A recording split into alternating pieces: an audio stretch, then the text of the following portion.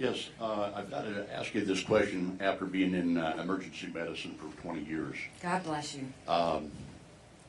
What is your standing on the gun violence in this country? Well, I thought you were going to ask me about health care, but I can talk about gun violence too. No, so gun violence. So I have a mom heart. My daughter is a pediatric nurse in the children's hospital. I worry about something happening. My son is a senior on a college campus.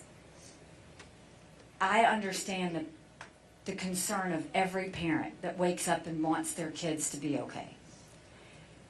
If we're going to deal with this, we have to acknowledge the cancer that is mental health. We have to.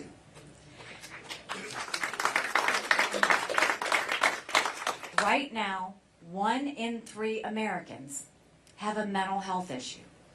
But if treated, they can live a perfectly normal life. The problem is we don't have enough mental health therapists.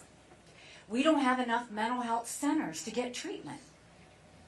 And if you don't get treatment, you can fall into an addiction. We don't have enough addiction centers. And if you happen to be lucky enough to get either a therapist or the treatment center or an addiction specialist, insurance doesn't cover it. We've got to take that on because you're getting them in the emergency room. And then they ask the hospital to hold them for a couple of days, or they'll put them in jail for a couple of days and then put them back out. We've got to deal with this. We're seeing it now more than ever. The depression, the anxiety, the stress. And that goes back to our healthcare situation. We have to start dealing with healthcare in a real way. And the only way we do it is we open the whole thing up. I think transparency cures all things. From the insurance companies to the hospitals, to the doctor's offices, to the pharmaceutical companies, to the PBMs. Open them up and make them show us everything. My mom was in the hospital. We take care of my parents. They both live with us. My mom was in the hospital. And when she was in the hospital, the nurse came to her and said, "Here's 2 Tylenol for you." And she said, "I don't need it." And she said, "Honey, you might as well take it. You're going to pay for it anyway." And then when we got the hospital bill, no one talked to us about that hospital bill. Why? Because the insurance company negotiated with the hospital, and they didn't think we needed to be there. I'm tired of the patient being in the back seat and having others decide it for us. If we just dealt with insurance companies, we'd cut our health care in half. In half. But if you make it transparent, not pick on one side of it, you really open up every side of it, then we see their warts. And then we can start taking it on.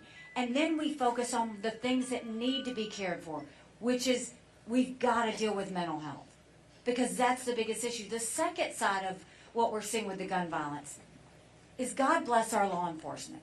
Do you know how frustrating it is for them to arrest someone with a stolen gun and know that the prosecutors are just letting them go the very next day?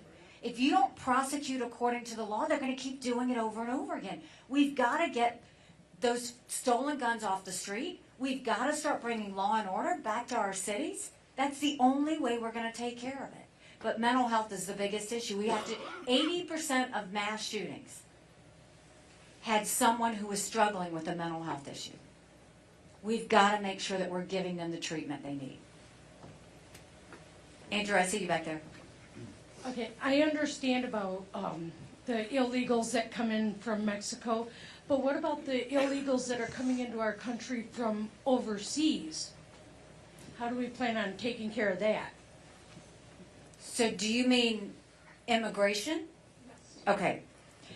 So with illegal immigration, we talked about the border. Legal immigration is just as broken.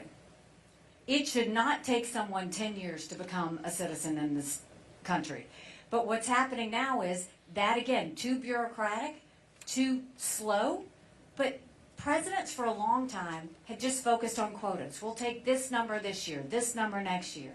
Instead, do it on merit. Do it on what makes America better.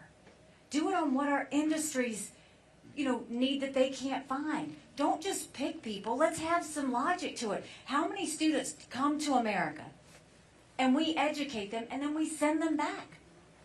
It doesn't make sense. We've got to start doing it based on merit.